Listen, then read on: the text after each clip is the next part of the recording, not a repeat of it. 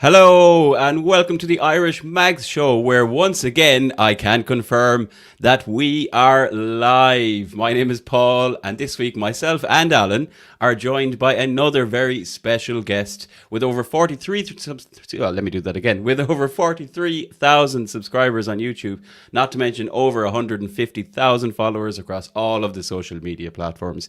Welcome to the Irish Mags Show, Mr. Lee Lawler, who many people might recognise as the founder of Newcastle Fans TV. Great to have you in here, sir, sporting your best green t-shirt for the occasion. Bruno, thank you very much. Someone's done their homework on my stats, haven't they? So thank you very much for inviting me on, Paul, and yourself, Alan. So I'm looking forward to the next hour chatting all things the tune. Absolutely. And yeah, sometimes we like to think you lads are brave fellas coming on with a bunch of Irish lads for an hour. But we'll... as usual, we've made you feel very welcome, and we have our standard Irish hospitality. But let's see how you feel in an hour's time. And see how both like an odd drink or two, man. We'll be fine. Geordie's in the Irish. Plenty to talk about. We won't bring up the fact that Alan doesn't like Guinness because it's a travesty, and we already brought that up last week, and it's just not good enough. Terrible things.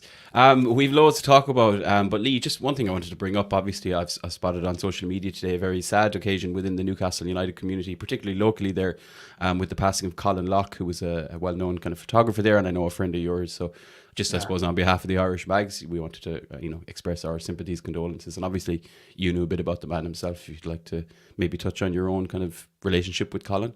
Yeah, absolute legend, and all the women players are coming out calling him legend because he is effectively that. And I know that gets branded about easily with an ex-player who's made 20 appearances. Oh, what a legend! But he is actually a legend. He's done literally volunteering for the club for 13, 14 years, and he's obviously had cancer for 12 of them. So it's quite incredible. He took all the pictures, and without his pictures, there's no history of Newcastle United women. And obviously nowadays you've got all the big media teams, and they've started to roll out a lot more videos and social media the last couple of years. But before that, it was all Colin. Deeply missed, lovely bloke. First person I look for, home and away, and he'll be sadly missed, and an absolute legend of Tyneside.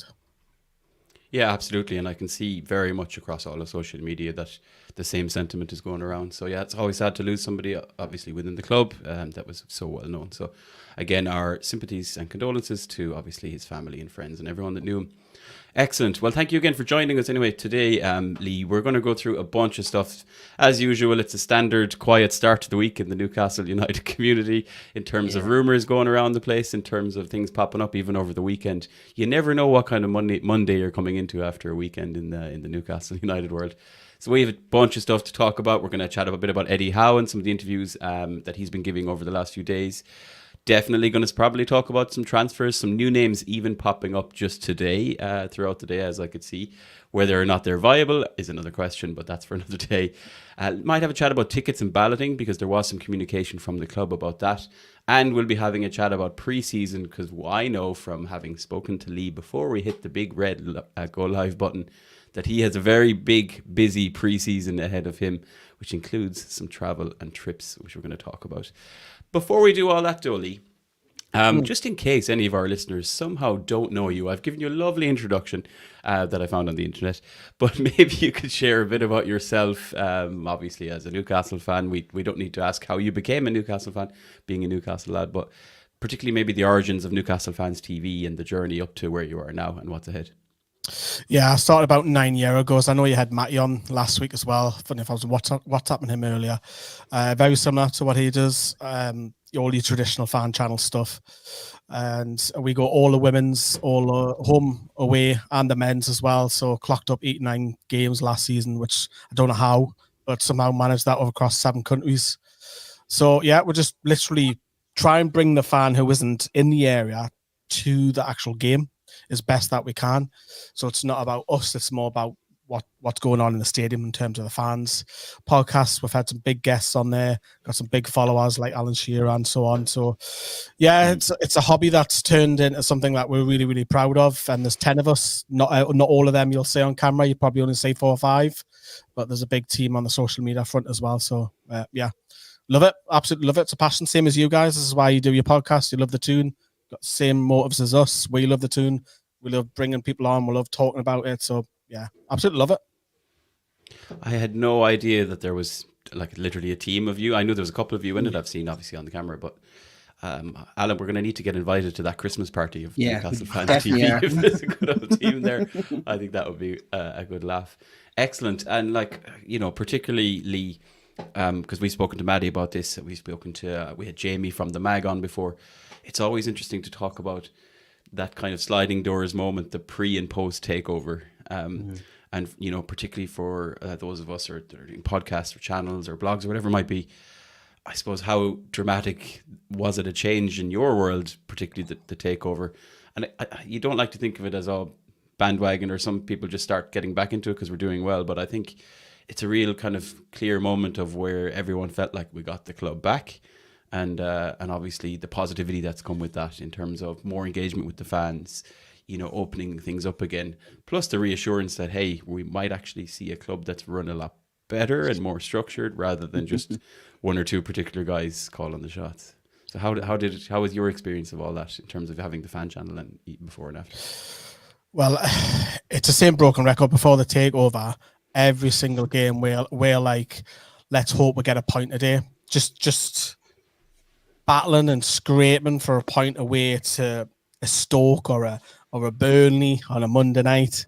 And now it's flip reverse, where we expected that we go there and put 2 or 3 past them. Now the whole mentality of the club has completely changed. There was a lot of negativity, a lot of rants and a few F-bombs that were being dropped on the channel, in particular with the owner. No communication, completely different now, where it's transparent since the takeover, and the scenes on takeover night, I couldn't appear on camera because I was devastated. I had toothache, which meant I had to phone in sick, which meant I couldn't be on camera. So I'm the guy with the camera pointing to everybody. So, but I was still there in the moment, and Sam Bender with his can to go and crack us. And it was a great night, and I felt like we won a trophy. It was so bizarre. It was just a celebration of that. We didn't care who was coming in. He's out of our club. So you could have John Smith down the road who's running the club. We'll take John Smith instead of Mike Ashley. So it wasn't a case that we've got like Saudi billionaires, and it was a case of getting Mike Ashley out. Now you just look at the club and they're trying to compete for Europe each season. I know last season was very unfortunate with Man United winning the FA Cup, which kicked out of Europe, but that probably maybe does wear favour this season, playing only 1 game a week. But it's totally different vibe, totally different in this city, and everyone's wearing black and white tops. It's really, really difficult to get a ticket for people who aren't season ticket holders. It's a nightmare for them. But the demand is there, and obviously the demand for the stadium to get bigger and better because it's such a good time. You got the cellar, the stack going on outside St. James's. There's a lot happening in the club, and I know there's been a lot of change, which I'm sure you'll talk about the interviews. But despite Amanda and my dad leaving, it's still been a fantastic two and a bit years for the club since the takeover. Yeah, definitely. I mean, it was always an experience going to St. James's Park. You know, we've talked about it many times ourselves. Like, we were going 10, 15, 20 years ago. We've had Irish flocking over for years going to see Newcastle games. But I guess the majority of the day was the pub and then inside at the game. And you know, that was kind of a lot of it wrapped up, which obviously is kind of the bread and butter of what you're going for. But to see a lot more of the fan engagement things happening in the build-up towards games, during the pre-season, of course, and the things like the stack, and it's just all steps towards what other big clubs do, kind of no-brainer things. And then the improvements, obviously, within the stadium and in the concourse and all these things. I've noticed that. Alan's noticed that. We've seen it ourselves. And for ourselves as the Irish Mags, you know, we joke about it a lot, but, you know, we've grown up, obviously, in different parts of Ireland where everybody's wearing red. There's just a big bunch of Man United and Liverpool and Arsenal fans, and a few rare black and white kits in between. So, you know, I remember traveling to games on my own. You go through the airport, you might see another couple of kits, but you may or may not be inclined to say hello. Whereas now it's just a different type of buzz, fans coming together more often. We're turning up in all our Irish Mags gear naturally because we've kind of banded together a couple of the previous supporters groups. So the buzz is brilliant to have. And it's great to hear, obviously. You know, we talk about it from our perspective. We spend all the time talking about traveling and flights and drinking, basically. But it's good to hear your own perspective on it as well. While I have it in my mind, actually, I'd love to hear your thoughts on kind of where we are with the stadium. Obviously, we're going to talk a little bit in a little while about tickets and the ballot, which is super important to everybody. But for a local perspective, Lee, where do you sit in terms of, you know, it's imperative that we stay where we are and try and maximize what's there, because there's, even in the last week, more rumors coming out about locations and plans and various things. Or what do you know? Well, for me, I literally work next door to the Stack and St James's Park. I say it every day. I can't literally get away from it. I do this. Obviously, we own podcasts, we do vlogs, whatever, on YouTube and website and socials. It's literally ingrained in me. So if you take St James's Park out of where it is and move it somewhere, it leaves a massive, massive hole in our DNA as Geordies. You just got to look at other clubs up and down the land who have moved stadiums. The atmosphere isn't quite the same. I know the Emirates is a little bit better this season, last season just gone, but that's because they're winning a lot of games. Naturally, it's quiet. Yeah. You look at Man City, I think it was better at Main Road. Tottenham, to some extent as well. I've been there a few times. The atmosphere, they only got 2 songs. So it can kill an atmosphere, but in terms of the DNA, you've got to look at trying to expand it, definitely. I wouldn't want to go too crazy with it, though, because what if the Saudis decide to sell us in 5 years, and we get the next owner, we've got an 80,000 seater stadium, we're only filling half of it. So it can happen. It can. I'm not saying it will, but it could. But I think you've got to look at that East Stand, because the East Stand is outdated. It's from the 80s. It needs upgraded. But then, of course, you've got those listed buildings, grade 1 and grade 2. But money talks at the end of the day. So then Newcastle do have a good relationship with the council. Or do you look at the Gallagher and you try and pull that out? And the problem that you've got there is you've got the hospital. Ambulances need to get in and out. Do you use that road? So do you use a tunnel for the road, a bit like Atleti did, Atletico Madrid a couple of years back? So there's a lot of obstacles and permissions and money and listed. It's tough at St James's Park. And look, I do get the idea if you move it and build like down the quayside or wherever the Toonmoor are. I don't even think you can do it on the Toonmoor actually because of the land. But I get the idea where people are saying, yeah, let's do it. And of course, you want to get more people in because that makes more fans happy. It basically brings more money into the club, more revenue, season tickets, merchandise inside the ground. It's a tricky one, but for me, if you leave St James's Park, I wouldn't say I would lose love, but I would probably, doesn't feel right. That's probably the mindset. I'll probably go to a game at the stadium. How do you feel? Yeah, I think we'd all agree. Particularly as Irish fans, right? As traveling fans. Now, we always joke about this because we are probably classed as international fans, but for a lot of us, my Ryanair flight from Dublin is probably cheaper than most people's trains who don't live in Newcastle. Yeah. When I go to America, I always go to Dublin to do the check-in to the USA. Yeah. Get out the way. And then when you land in America, it's like, oh, you can just walk straight through. It's like, what's going on? Yeah. Yeah. There's many positives of doing that way. But it could be very easy for us to sit on the side of, oh, well, yeah, let's get 100,000 seater stadium because it'll give us more chance of getting tickets, right? Because it is hard for us to get tickets and ballots, and even as members or whatever. But all of us have that same attachment to St James's Park, the memories of going there for the first time. And just the whole walking out of your hotel or walking out at the train station or the metro and just being like, oh, I can just walk up the hill to the stadium. And the feeling as you're walking up with everybody there, I've been to other stadiums where you got to take a bus or a train out to it, and it's just nowhere near the same. So yeah, we're very much stay, even if that means less opportunities to actually attend games. I think for the greater good, we all feel. I think the majority of us feel. Alan, I can't speak for everyone. You always have a good finger on the pulse of the community there, but I think it's the same. I think nobody who is honestly a lifelong Newcastle fan can ever sit here and say, I want to leave James's Park. I remember being told by my uncle, I was 5 years old, my first game, got brought up the steps and start crying. Don't care about admitting that. It was just the moment. My first match, we beat Spurs 2-1, happy days. But it's just that it's that moment that's ingrained in your head. And in my head, I've always said, I can't wait to bring my kids to St James's Park, not to Newcastle Stadium. It's always been to St James's Park because that is our home. You don't want to leave home. It's also the same if they rename the stadium as well. That goes to kick off. We've seen it with Mike Ashley didn't even consult the fans. I think if the owners consulted us first and said, look, we would think about making a change to the name because it's going to bring in 40 million a year, I think you'll probably get a split better.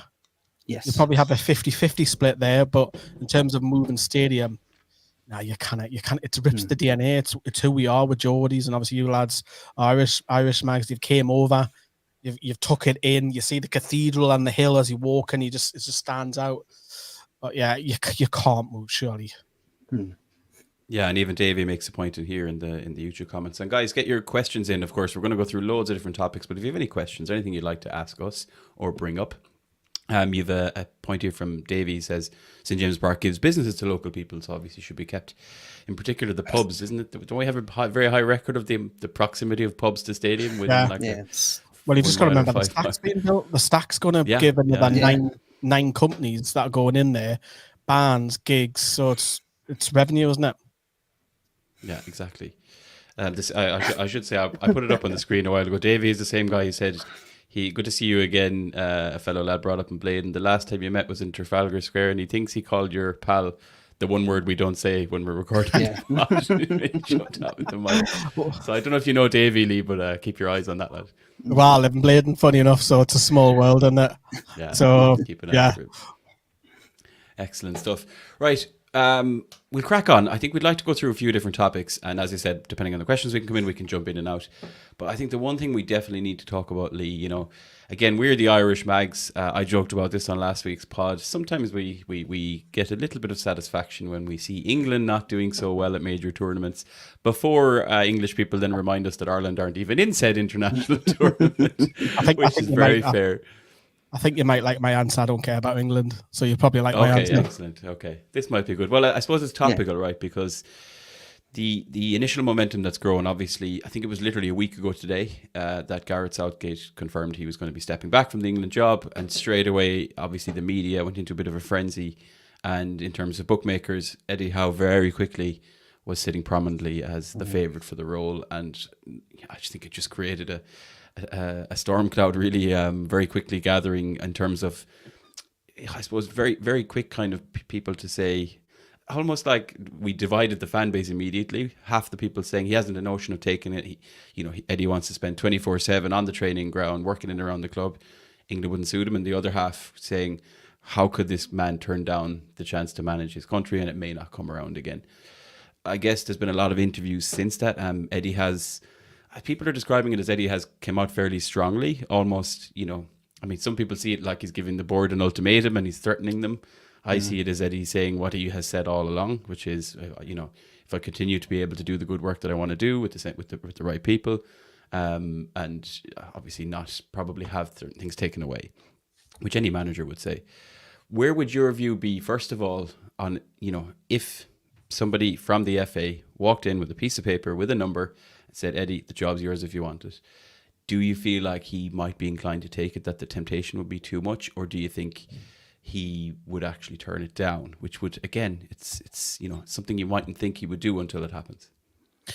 I think I would have personally said if Amanda and Mairdad were still here, it would be almost like a 90% no, it's too early. But because he's lost his allies, because let's face it, they are with him, men and women, to be fair, it kind of leaves a doubt in the back of your mind now, because he's already talked about with the interview with Keith Downey rather than the club, because Keith Downey followed up another question after, and I thought it was great, actually, journalism by Keith. He asked him, do you feel that there's a he didn't say divide, that's not the right terminology, but he asked the question, and Eddie Howe said that because there's been a lot of change, I just need to make sure that the boundaries are set and where we're working and who's working with what. So there's a little bit of uncertainty about his role, and I'm sure that'll be cleared up in the next few weeks, because naturally we're going to sign some players. You would hope so, especially right winger. But if England do come knocking, to answer to your question there, Paul, I think Eddie Howe at least has an interview. I think he will go for the interview.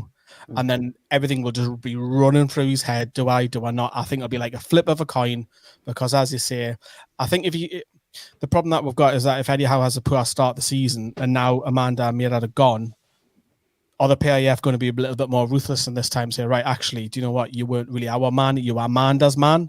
Let's go and get a big name. Let's go and get someone. That is my worry. But realistically, we should hit Europe this season because we don't have any Champions League or Europa League. If you get sacked and England opportunity is gone, they just go down a downward spiral. I think Eddie Howe's a fantastic manager. I loved it when he came in.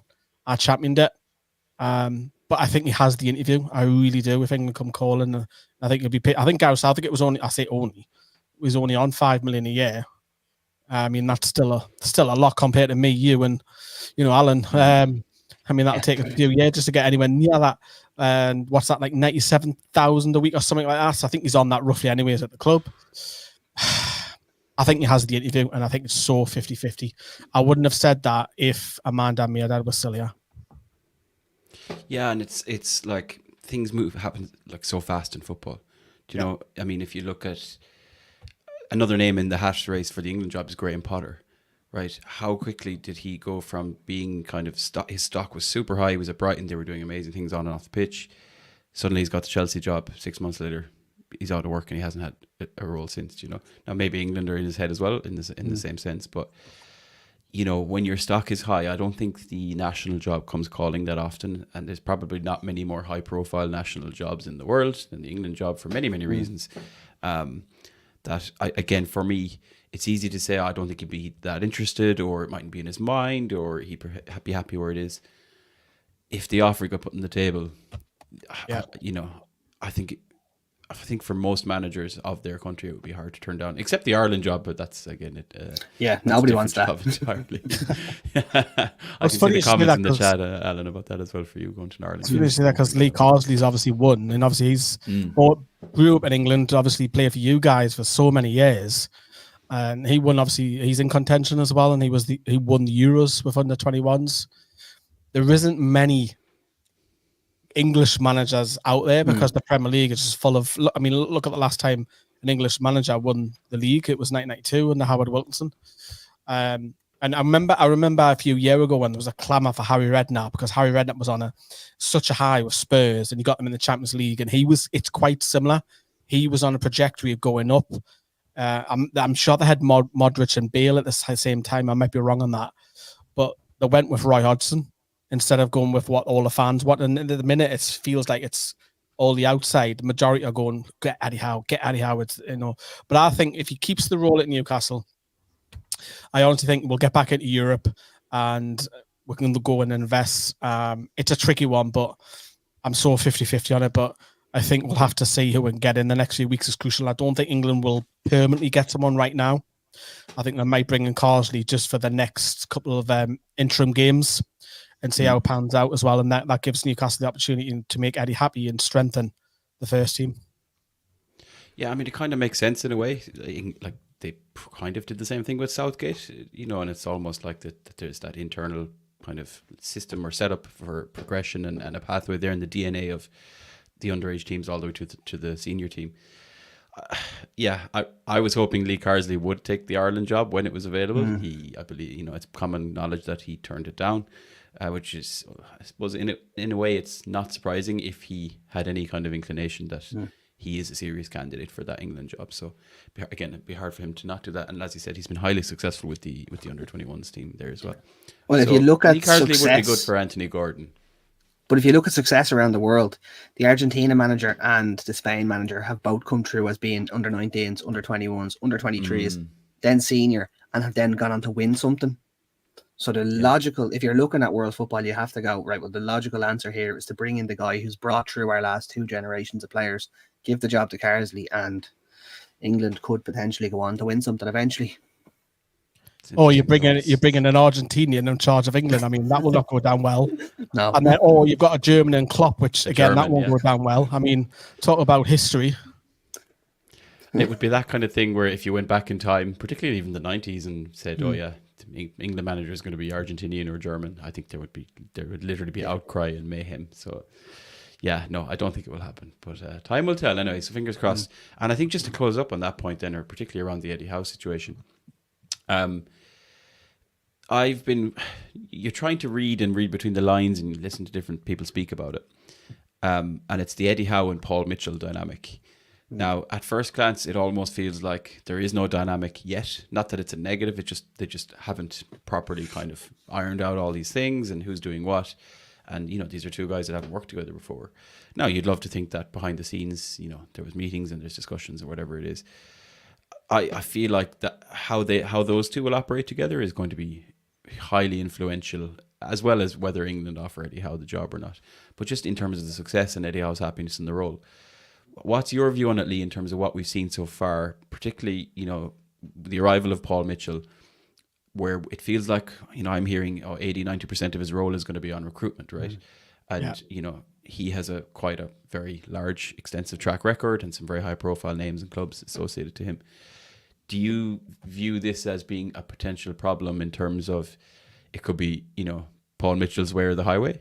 Or, are you looking at it going, yeah, they're going to work together like every sporting director and every manager do, or head coach or whatever you want to call it in world football? That's the way it is. It's a new relationship, isn't it? That's what it is. So that's what we have to.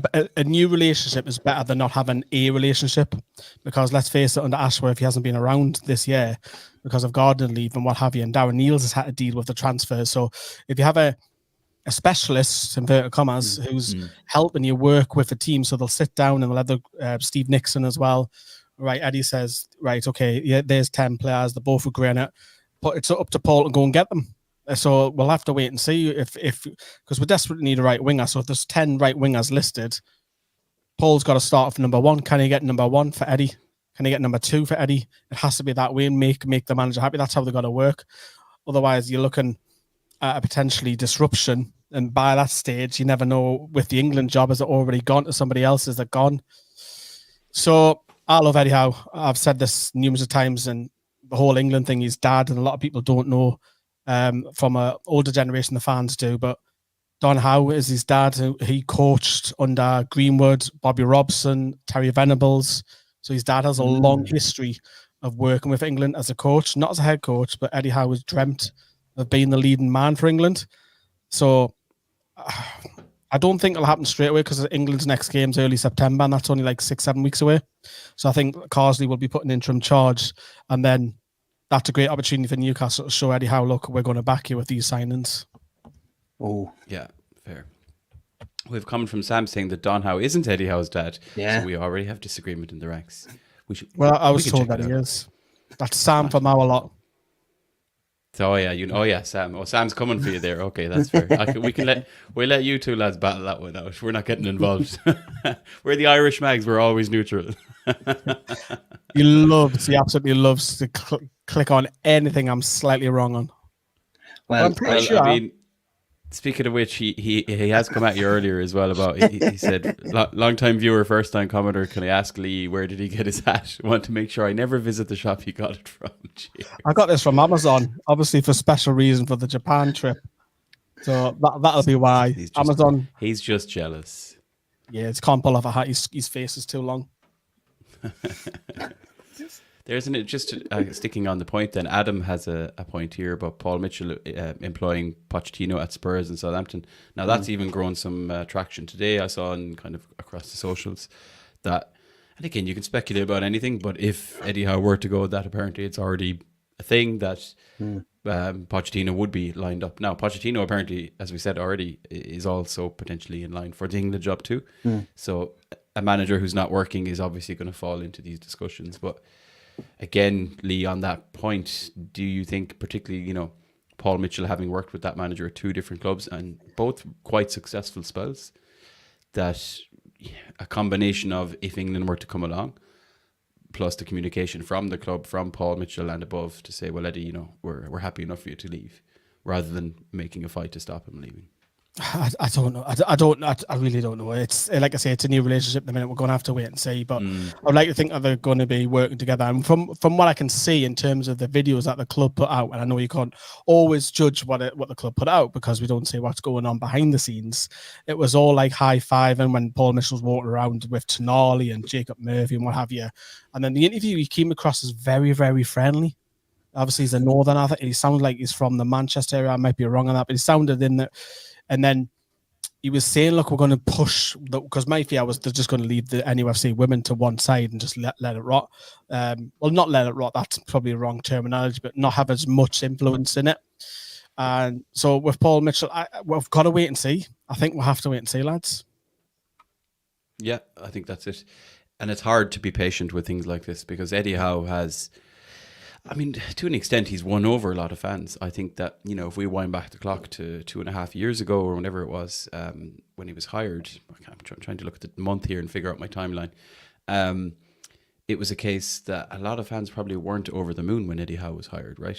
We were very close seemingly to Unai Emery, and that broke down. It almost felt like Eddie Howe maybe was a second choice at the time. And again, Eddie's track record at Bournemouth, as impressive as it was to bring Bournemouth up from the dregs all the way up to the Premier League, a lot of people weren't too happy with it. Whereas now, you know, here we are in July 24, and it's hard to find that many fans with particularly bad things to say about Eddie. Yes, they might question his decisions and his loyalty, substitutions, and these minor things.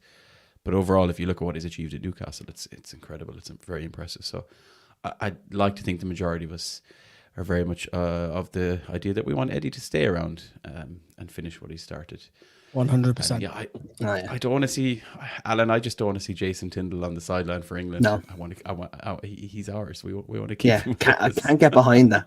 I can't want to look forward to him doing that in an England tracksuit. It'd be devastating. Yeah.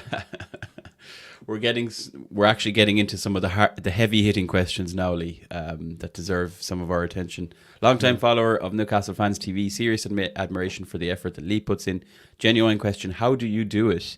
Especially working full time, you must need a lot of annual leave, or you just hate sleeping. Yeah, I do a lot of sleeping. There is a joke that I stick a mattress in the back of my car, which is true occasionally. If I have 11-hour shift the next day. I work for a company that are fantastic with me. They know that this is my passion, this is my baby. It's kind of like if you take that away from me, you're not going to get the best out of me. Because if you take that away from me, if I go into work, I'm going to have a chip on my shoulder and I'm going to remember that. And I'll point the finger and say, well, you're the one who stopped me from doing that. So I guess it comes along with because going to a match, any match, whether it's 5 miles down the road or the other end of Australia, which I've just done, it's a mental release for me. I love doing it. I love bringing fans with the experience as best I can. I get a kick from it. It's a mental health release for me. So I absolutely love it, but work know that. So it's everything for me. Like I put family aside. I put friends aside. I literally just drop everything and go and follow Newcastle United, which I am in a lucky position. Don't get me wrong, because I get paid well from my company. But they'll look after me as well. So I've got nothing for praise for them. That's how I do it. Well, I mean, the flip side is, you know, for a lot of people in certain roles, if there's a match or if there's something happening, they can call in sick if they really need to. You can't do that because you'll be on screen somewhere on a camera. Or you'll be visible. That's the thing. I'll be on screen. Yeah. But the company, obviously I work for a big satellite company, shall we say. Okay. And they're the ones that change the games. So it isn't my fault that the game's been changed. So ironically, I can push it back onto them. Yeah, that's always good to have that leverage on them as well. Excellent. Okay, we'll park some of the Eddie Howe chat then for the moment, as well as the Paul Mitchell thing. I think we're all going to have to sit tight on this one. You know, there's no reason for the English FA to kind of rush things. You'd like to think anyway. I think the main fear would be that this just kind of really comes too close to the start of the season, or even after the season starts. And you'd always like things to be clean and clear going into a new season. And we have a lot more important things to worry about, in particular transfers, which we're going to talk about very shortly. I can see a few questions coming in as well. Just before we do that, though, Lee, I did just want to quickly touch on, in case people have missed it, there was a communication from the club about tickets and balloting.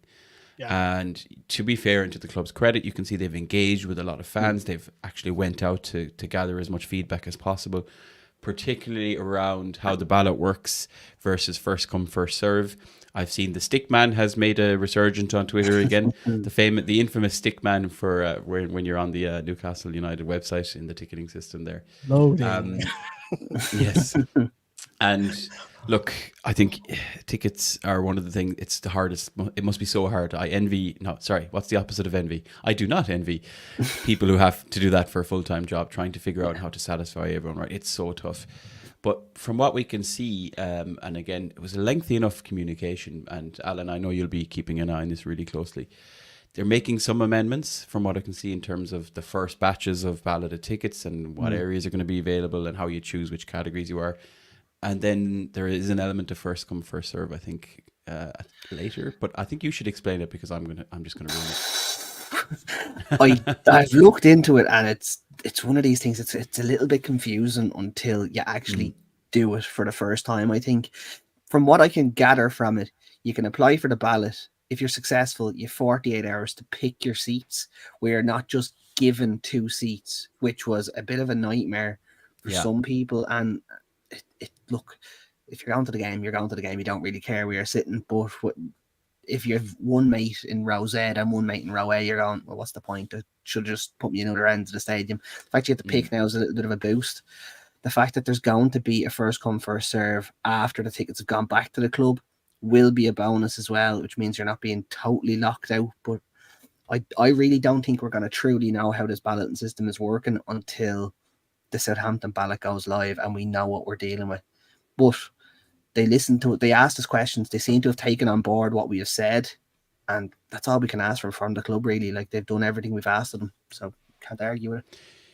Yeah, especially when they're very clear. Like, we all, you know, and anyone who is a member, season ticket holder, you get these comms. They ask you to complete surveys, and the good thing about the majority of these is, and I've worked in many companies and corporate places where you fill in loads of surveys and you never really see anything. There does seem to be feedback taken on board. It's never going to please the majority, but you can see that there are decisions being made and changes being made, and in particular communication happening following on the work that's done on top of these surveys.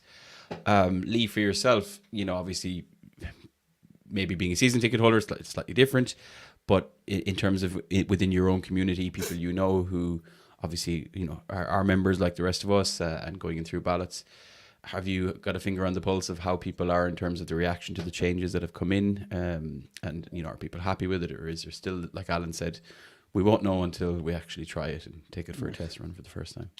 Well, I'll be staying off social media tomorrow morning because I'm sure they come out tomorrow morning. So do not go on Twitter, do not go on X, stay off that, because people who can't get on will twist that the website's crashed or something like that. Yes, I am in a lucky position where I don't need to worry about stuff like that. But, you know, it goes to the old saying of, before I mention the membership, is that I think the away tickets are much more better now, where the club will say that'll have a few spot checks. I think that kind of fell off a little bit last season. I didn't see many, but that stops a lad who's got 3 points going to a game that's worth 60 points, for example. And then, or a lad, you know where I'm going with that, they shouldn't be there effectively. But also, the thing that annoyed me was seeing a lot more corporative. That was annoying me. Saying, like, why has, say, for example, Luton away over half or nearly half a corporative and the rest of the fans in a small, tight ground? Or it should be less. For me, you should keep corporative under 500, never go over it, to be honest, and that gives fans more opportunity. In terms of going to the games, Sam, who was literally in the comments before, I can mention him as well last season, use him as a reference that he wasn't as successful as other people. I think he was only successful 2 or 3 times in the ballot all season. So it can be difficult. From an international point of view as well, if you've got such a short amount of time to win a ticket, what if you haven't got your travel sorted, or do you not have the money to get your travel sorted? It's everywhere. It's very, very difficult to please everybody. As long as someone from America who's in their middle 50s doesn't get put on to away games to PSG for a fan favourite. You know where I'm going with this, don't you? Yeah, who's on the fan advisory board. That should never be happening, because that shows that the system is broke as well. Because she shouldn't be on the fan advisory board. She's only become a fan since we beat Arsenal that night. So that was a bit annoying. It's a very, very touchy subject because everybody wants to see the club because they're doing well. I would like to see this demand when the club aren't doing well, though, because there will come a stage in the future where it's 3 years, 5 years, whatever it is, where the club might not win a game for 10 games. Will the demand still be there? Probably not. So it's tough. It is very tough. I do think it's slightly better for away tickets, and I think it's slightly better for the members. But yeah, we'll wait and see the feedback tomorrow. Yeah, that'll be a big one. I think it's a case of, you kind of touched on it there, people's success in the ballots. It seems to be very random. You know, there's how do you police it? If someone's like, say, John Smith has won a ballot, is he not allowed to go in the next one because he's had one already? You know, it's very difficult. It's very, or if you've been successful, it's how do you police it? And we've seen it. I think we've seen a couple of different pages and guys on Twitter who like, okay, I'm 8 for 8, 11 for 11, or you know, and then like you said, another person who's got 1 in 15. That's there's never really been clarity on that, and I don't know if that's going to change. Jamie from our committee group entered every single ballot last year and got a grand total of 0 tickets. What's the point in having a membership? It's a funny one. Yeah. Do you put a lock on it? So if you've won one, you can't enter the next one? Is it like that? Or then it's not an open ballot, so they're going to have to change the name of it. It's a rock and a hard place. It's not random then, that's really tough, But it is strange that you can have such polar opposites, that you can have an account that continuously gets them and another one that doesn't. And I think the other big thing as well, Lee, would be, while they have clearly sent out surveys, they've sought feedback, they've engaged with the fans, they're communicating what they're doing, I still think a big question mark for many, many people is they don't really know what they're applying for, or what are my chances here. They don't really know how many, if I'm going into a ballot tomorrow morning for the Southampton game, how many tickets are in this pool and how many people are applying after it happens, after the fact. That still remains a bit shrouded in mystery, and I think that will continue to probably get on people's nerves if it's not really revealed how many tickets are actually available and how many people are applying for said tickets with, as we know, like an uncapped membership available for sale. I think that'll be down to the away allocation. Southampton historically don't bring a big contingent, so for this fixture there's probably more. But if you're someone up against any of the Manchester or Merseyside clubs, they always have a full quota, so there will probably be more for this one.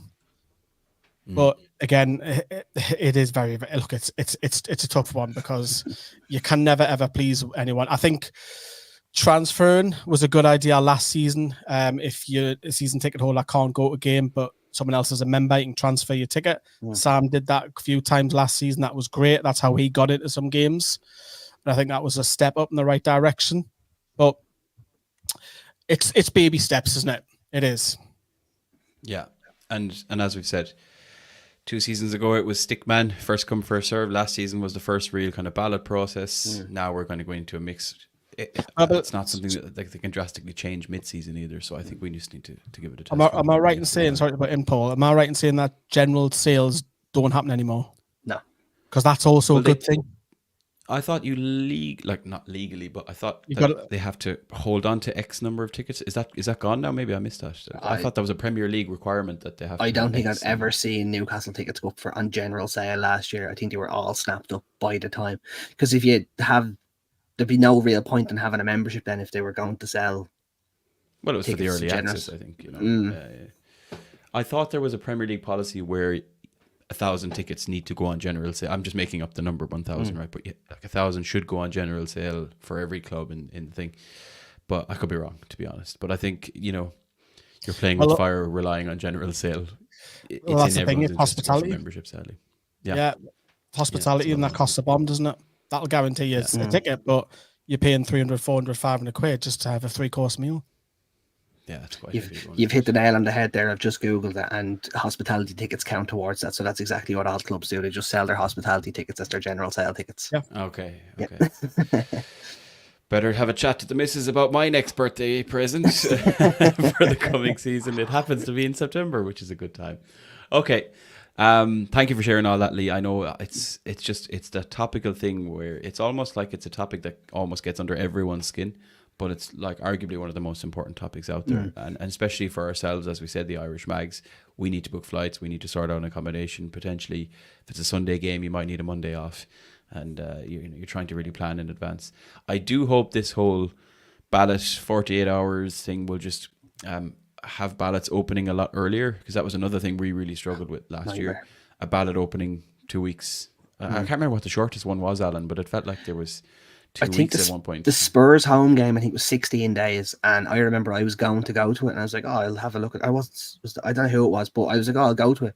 And my hotel where I'd usually stay, where it might be £109 a night, it was like £199. The flights were 200, 300 euro, and I'm going like, that's a week's wages to go to Newcastle for the weekend. I can't justify that. Like, it just doesn't happen. But we're at the mercy of Sky and BT. Had the ballot been open 2 weeks before, you would have got those flights for £50 and the hotel for, £90, £100. So hopefully there'll be something there, because that makes a huge difference for everybody involved, not just obviously travelling fans. Okay, we'll put a pin then in the tickets and the balloting. I do want to spend some time talking about everybody's favourite topic, which is, of course, transfers.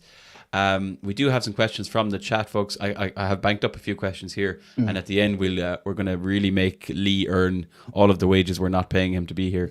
We'll do a quick fire through some of the questions outside of that. The first question, I think it came in here from David. So this was about the links. I think it was last week that these popped up for Lee Kang-in from PSG.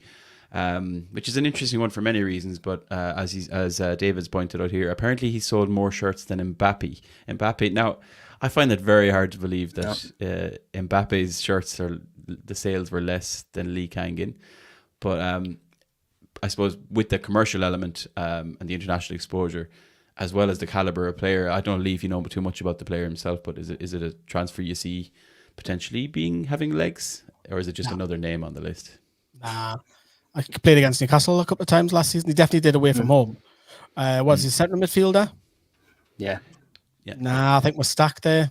You look at the centre midfield now, Elliot Anderson wasn't going to get game time. I know we had to sell him because of PSR, but if Elliot Anderson sticked around, he wouldn't get any game time there. So if everyone's fit, I can't see it. And I do an occasional show on our channel, and I call it BG Transfer Rumour Show because I just call them out. There's not many that have legs, and I don't think centre midfield is not a priority. It has to be right wing and a striker. Yeah, he's quite versatile, but from what I've seen, I think he can play on the right. But I would think his best position is maybe like an attacking midfielder or a number 10, let's say. So I just don't know if it fits really. Do you know what I mean?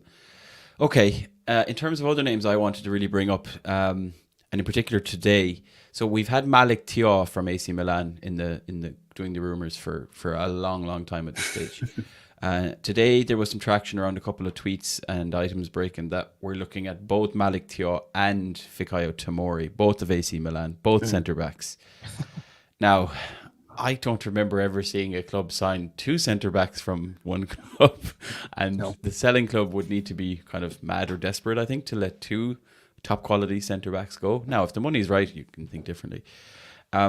For yourself, Lee, yes, the Malik Thiaw, when I saw you nodding as I mentioned his name, that's, when a name is hanging around that long, you think maybe that there's more traction there.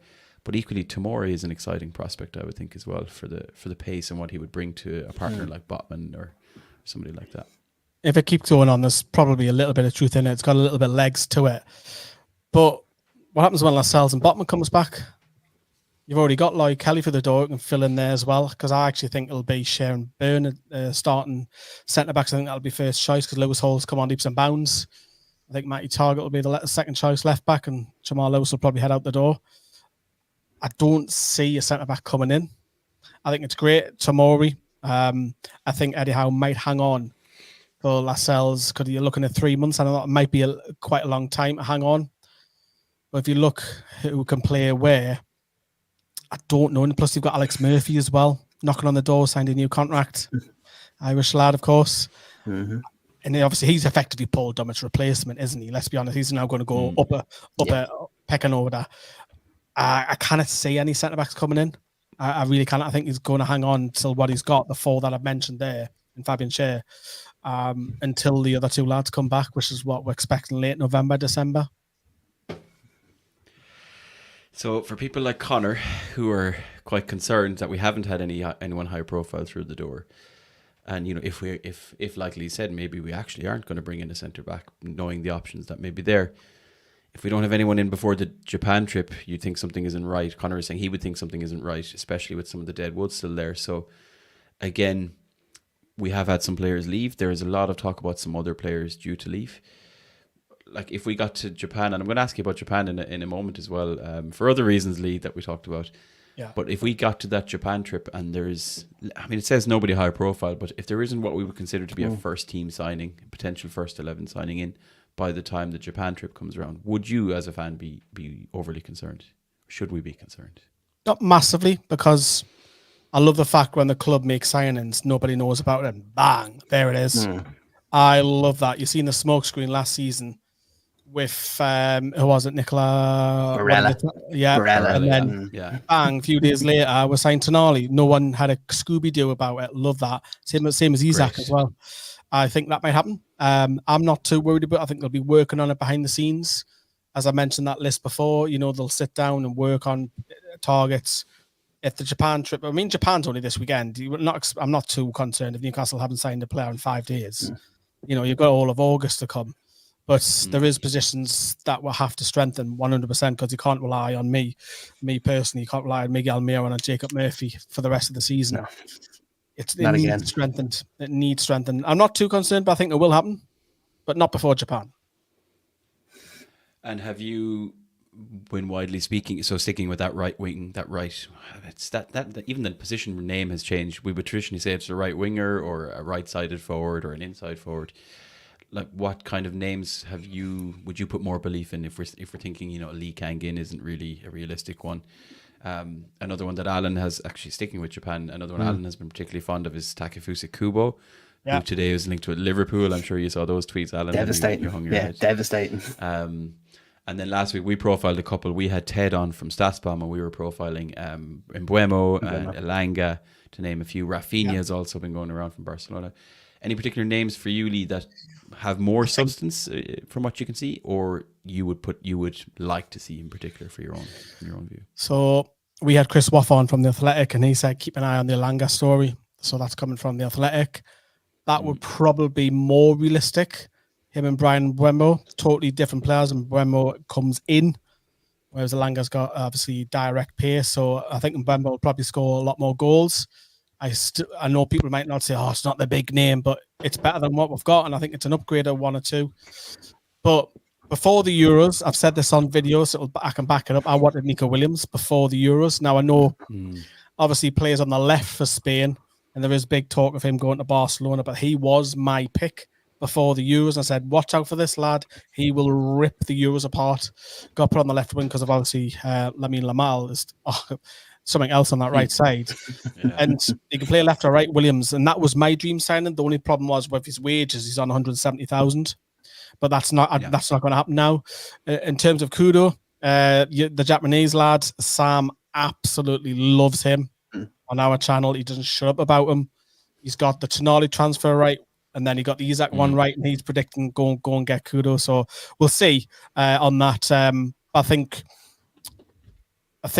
realistically, you're probably looking at if one of the Nottingham Forest winger, or you're going to be looking at Brentford. And I still think that's an upgrade. But if you want a big name, go daft. Why not? You've got to be in the hunt for it. So you've got to be in the market to go and get these big names. And if you fail on it, do you know what the attempt was there? As I mentioned that list, them right wingers, they'll probably have 10. They'll work through each one. Yeah, and I think we'd all like to get our hands on that list, because there's some serious names. The other one I was beating the drum about was Bakayoko, who's at PSV, and he was in the Belgium squad, but actually didn't get any games really in the Euros, which I secretly don't mind because it keeps the price down. But again, look, time will tell. I can't. The back of my mind there, I have something about Elanga in my head as well, and it could be just because he tore Dan Burn a new one when they gave us a good beating, and Eddie Howe was standing right there on the sideline watching it happen. So. Yeah, I think time will tell on that position as well. And as Dave said here, Alan, Kubo going to Liverpool would be sickening. He'd be great for us, the commercial element. Plus, he's a quality player. So that would be a pity. Okay, last question on transfers before we then do a quick roundup and a quick fire round of questions for you, Lee. Outgoing players. Now, today, Kieran Trippier's name was going around again. I can even see people talking about his house being for sale, which you might know more about than we do. But I suppose it's a mix of Trippier and Wilson. They seem to be the real two names over the last few days that people are looking at. Now, suddenly Callum Wilson apparently is injured again. Insert, water is wet meme here. Yeah. But do you see, they're two big name players, two big parts of our leadership group.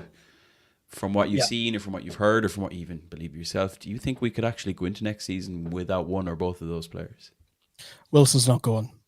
Eddie Howe's already said to have him replaced will cost more than what he's worth. So that doesn't make sense. I think it still needs a third choice. Maybe, as I've said on our channel, someone who's young, who's coming through, or someone at the later end of the career, someone like Hoslu, hey. No jokes aside, don't want Hoslu back. No, actually, I probably would have him back, to be fair. I don't know what's happened to him. But, Hugo Ekitike, have I said that right? He would have been ideal. because he hasn't already got any game time for PSG. That third choice, you'll start 1 and 4. You'll play the cup games. You can play left and right through the middle as well. Ideal. You know what I mean? The Trippier one's an interesting one because we've already got, I think, someone who could be a superstar in Livramento behind him. The whole Trippier thing, we don't know the truth in it, if he's been cheating on his missus, because then his house is up for sale. What's that down to? Is he looking just to rent until he gets his next move? He's apparently his wife had unfollowed him on Instagram and went to the Toonmoor, the Hoppins over here, and as he was going to an England game. It's speculation, you know what I mean? You can speculate all day. We'll not get loads of money for Trippier. Because you think of his age, he's what, 33? He'll get the wages off the books, don't get me wrong, because he's on a good chunk. I know he's downgraded his wages since coming across Atletico Madrid, which he openly admitted. But I don't think you'll get much. Wilson's not moving. I'm pretty certain on that. Yeah, it's. I think there's all this discourse about more things about his personal life, which you never like to see, right? This is a player who's captain Newcastle, who's in our leadership group, who was, as everyone has kind of alluded to, like the first one to come here and believe in the project, and a bit of a flagship signing, really a big profile player. So you'd hate for it to end with a dark cloud over it, and if he chooses to leave, if he wants to leave, fine, but you'd hate for it to be for a bad reason. Okay, time will tell, as we said, and I don't even want to think about Callum Wilson getting injured again. He gets a lot of grief over it, but equally, it's is it his fault? I don't like Anthony Gordon up top. No, I just don't like it up there. I think it takes a massive. I think it's a weakness. He is so lethal on that left side. I don't like it when he comes over and fills in. I hate it with a passion because I think it's a downgrade. I think it's a downgrade up front. I think losing Isaac and putting Gordon there, it's a downgrade. Going to Gordon. If you lose Wilson, going to Gordon, it's downgrade. I think he's not effective at all. Don't want that this season. And also you're just not getting the most out of him where he should be, which is on the left for Newcastle and England. But again, England, what? Did he play for England, did he? And Anthony Gordon, it's an embarrassment that he didn't. But anyway, look, that's another conversation for another day. Okay, I think we'll park those topical things for now. I do see a few more questions that I want to throw at you before we let you go, Lee, just to keep you on your toes. I think Alan's been banking some of them here. He's probably hidden the ones that are about him. Crying watching Ireland matches was mentioned. Yeah, that's fair. There's a few questions I think we have that we should bounce off Lee before we let him go. So let's have a look here. Dave Bullman's asking the first one. It is, how confident are you of a top 4 or top 6 with all the business that's going on in the Premier League so far? Chelsea have done a lot. Spurs will be strong.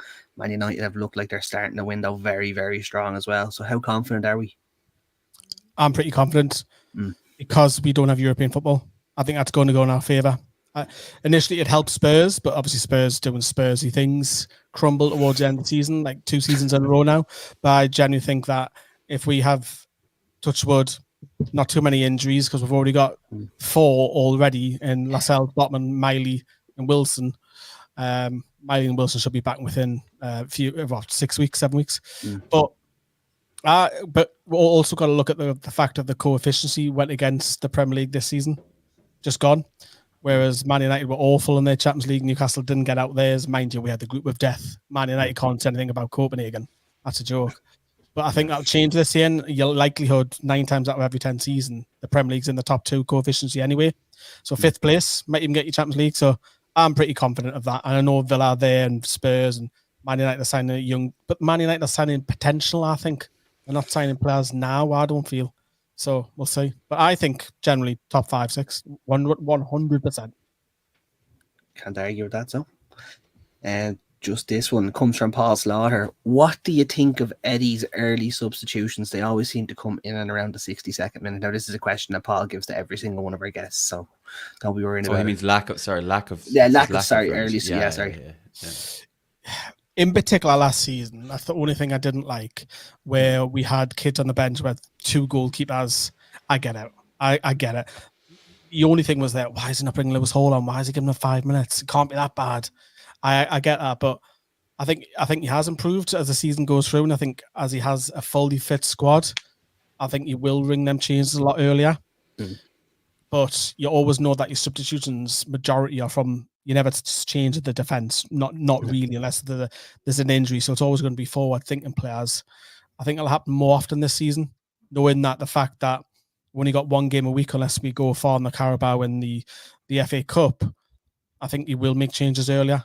I think he has to. And the Sandro Tonali coming back as well is a huge thing. Well, speaking of Sandro, it's perfect timing.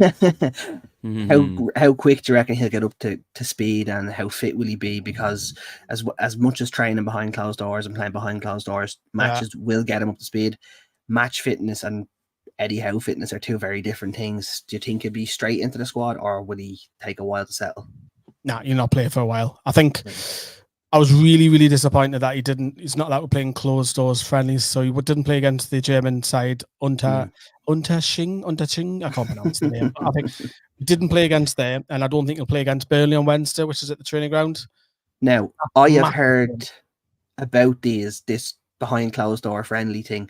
The reason he couldn't play in Germany is because there was a referee, but the Burnley game will not have a referee. It will have a coach in the middle.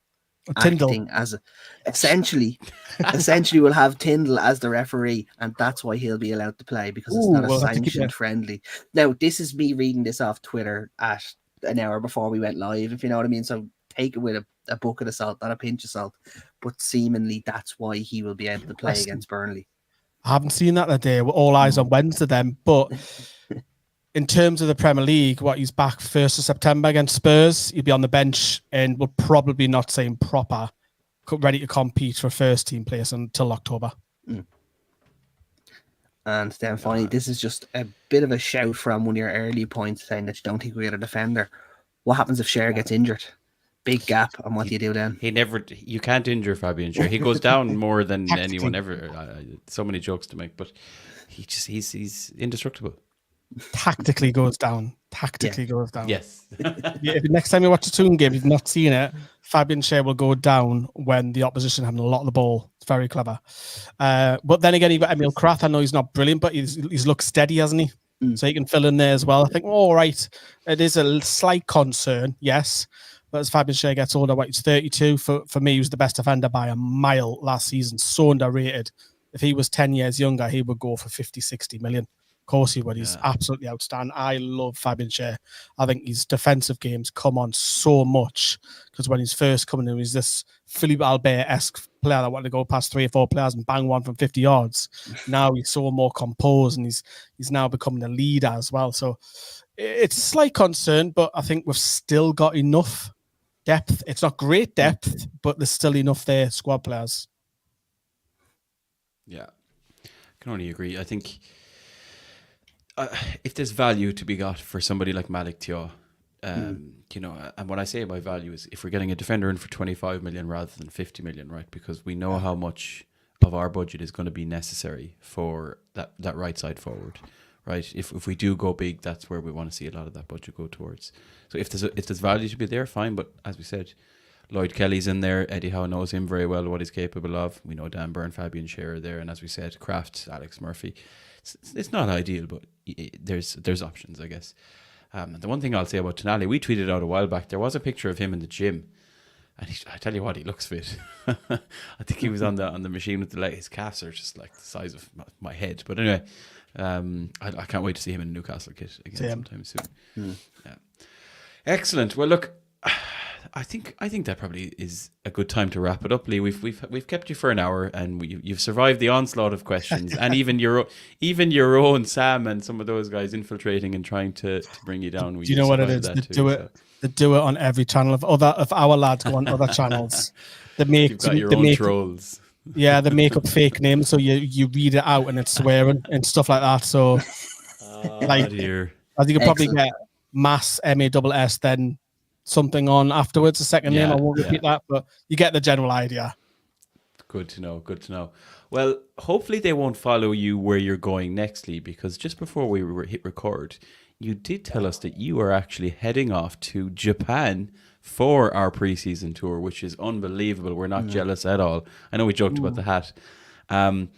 can you maybe just touch on what are your plans there? Will we be seeing a lot of videos? Do you already have your itinerary? Obviously, there's the games there, but what are you looking forward to most? And would you like to divulge what you told us? Is that you don't like fish? And you're heading to Japan. No, it's not a big secret. I'm a vegetarian. I've been one for like over 30 years. Just done the Australian post tour as well. So that was great being out in Australia. Second game, not so much. But that time out there was awesome. Japan, I'm really looking forward to because a little bit crazy in a good way, wacky. And obviously it meets anime, meets culture, meets modern tech. So I'm quite excited about that. Obviously, we'll cover the games as we do. But I'm looking forward. I don't know what I'm doing yet. Obviously, I'm in a couple of club events, which I'm excited about. But I'll probably organise it around that and go off somewhere. And I know there's a couple of other YouTube lads that are out there as well. So John Sinclair, and I know Adam's out there as well. So there's a few out there. So it'll be good. I cannot wait. It'll be great to meet the Japanese lot and see what they're all about. And Harry Kuehl interestingly manages Yokohama, so that'll be interesting because they won the league, didn't they? Mind you, the tickets for them were very, very pricey. The first one was all right. Your eye reg was 26 quid.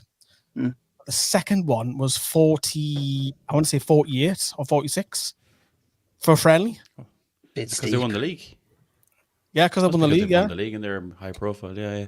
Mental. Well, it sounds like a hell of a trip. We're all mega jealous. Not even just because obviously it's Newcastle overseas. And, we joked previously that the furthest Newcastle used to go for a trip or a pre-season tour was Dublin.